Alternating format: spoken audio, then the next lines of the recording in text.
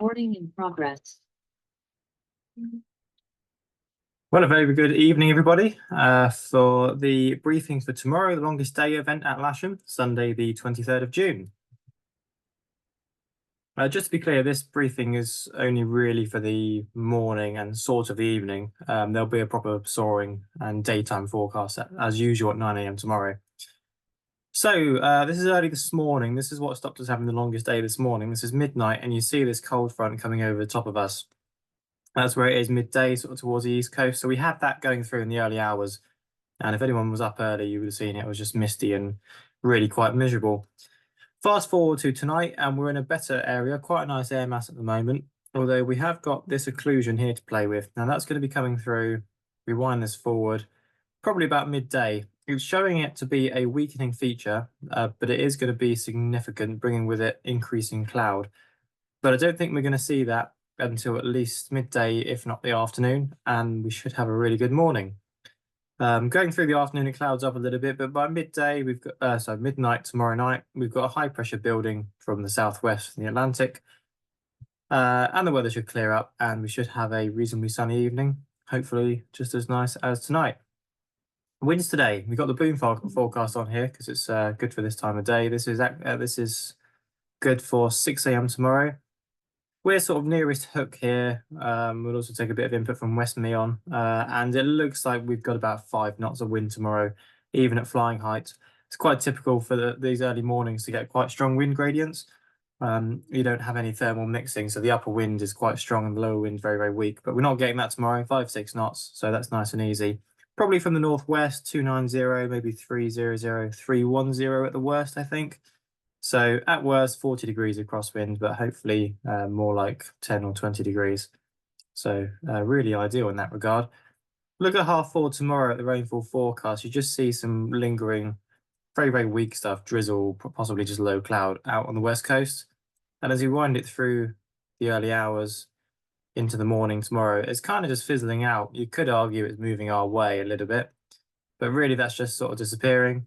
Should be a fairly clear day with a small chance of some showers. And as we go through into the evening, looking pretty good. Public forecast for tomorrow then, 4 a.m. Showing 10 degrees, otherwise clear, and a very light breeze from the west is showing 3 knots, gusting up to 9 or 10. So that's probably what the upper wind's doing at most, 9 or 10. I doubt we'll see that until there's some convection, probably not until at least 7 or 8 a.m. One thing to note here, humidity sat quite high, around 90%. So we're going to have to be careful with canopy misting, and any cloud that does form will be reasonably low, and there is the chance of some localized mist, which we'll come back to. But I think generally this is a pretty good outlook. Let's look through the rest of the day. You see thickening cloud from about midday, temperature getting up to about 20 degrees, and then brightening up by the looks of it into the evening, and the wind veering around to the southwest very slightly, but we'll stick it out on 2-7 because the wind's very, very light. Okay, 4 a.m. tomorrow in the Lasham area, you can see we're nearby, this is according to Top Meteor's projection anyway, some possible low cloud and some mist. My gut instinct is they're being a little bit on the pessimistic side here, but you can see they are showing the potential for some mist around. By about 7 or 8 a.m, that's reducing, and as soon as the sun's out, I think that's really disappearing, at least in our area, and generally bad weather moving in from the west. Now, if we have a look at the potential flight distance, you can see it's a day to be furthest east. The further you are to the west, the further you are to that front, and the worse it is. Showing 100 or 200k, or maybe 300k in the Lasham area. It'll be a day to get going early if anyone's going anywhere. So really, it's going to be quite nice in the morning for us. Similar picture on SkySight, looking much better to the east, showing 700 or 800k there in the TMA. Out to the west, down to sort of 200 to 300k, and that will be fairly early on. We look at the forecast for the day on SkySight. We can see 2 knot thermals by about 9:30, 10 o'clock. And then about 2.5 knots for most of the day, and then reducing by about 3 to 4 p.m. Fairly thick cloud at low level by the looks of it. Looks like cloud base, well, certainly soaring up to about 2,000 to 3,000 feet by midday. So it's going to be a reasonable day. It's not going to be quite as nice as today was, I think. But it's going to be a reasonable day, nonetheless. No TAMs, early morning, nothing to note. I will leave anything else to Ron or Barry tomorrow. Okay, setup.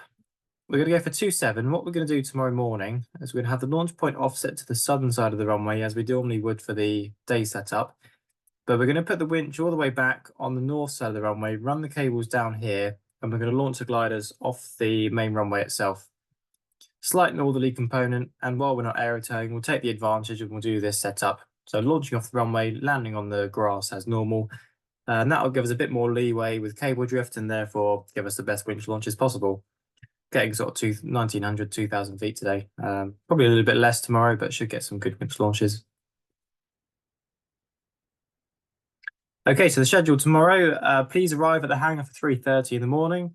First launch at 4:20, so we've got 50 minutes to get everything out and ready with somebody in the glider hooked on.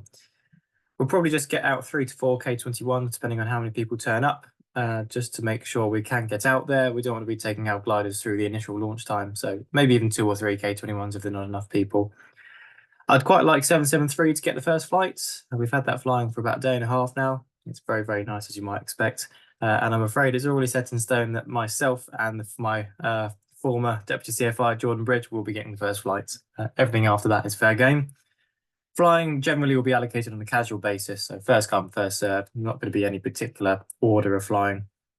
We'll hand over to the day group at 9:30. And just remember, there's no aerotone before 8 o'clock in the morning.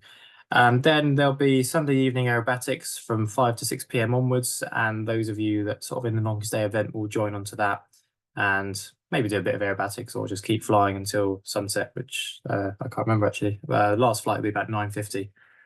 Reduced fees tomorrow, so standard in the daytime, otherwise dawn to 8:30, £10 for a winch launch and no soaring fee, so £10 flat rate for a flight. Juniors, it's going to be your youth evening rates in the morning until 8:30. Glider serviceability, good news. We've got 5 K21s now, 773, 456, and 778. Just test flew that. That's all very good. 2 K13s, S and H, 2 baby grobs, SH6 and 8, and all 3 discuses. So, as I say, just getting out a couple of probably K21s to begin with, but then we can get everything else out and have a really good morning. Please be careful of misting canopies, as I mentioned, quite high humidity. So a clean canopy is a canopy that's less likely to mist up. So if we maybe give them a quick clean in the morning, otherwise we'll just try to minimize how much time we have them down. So close the canopies, hook on and go straight away. Very, very small chance of you might notice the wind gradient being slightly steeper than normal. I expect it could be almost nil wind at ground level and then maybe 5 or 6 knots at 100 feet. But it's quite light, so it's not going to be too much of a problem. No movements tomorrow. Please think about fatigue and what your sleeping arrangements are. I plan on doing the early morning and the evening, and I'll be having a nap in between. I'd encourage people to do the same. The office will tell you if there's any bunk rooms available. And everybody's welcome. The more launches we can do, the better. So private owners, vintage gliders, all come along, please. And that's it. I look forward to tomorrow. I'll see you all at the hangar at 3:30. Well, have a good day. Bye for now.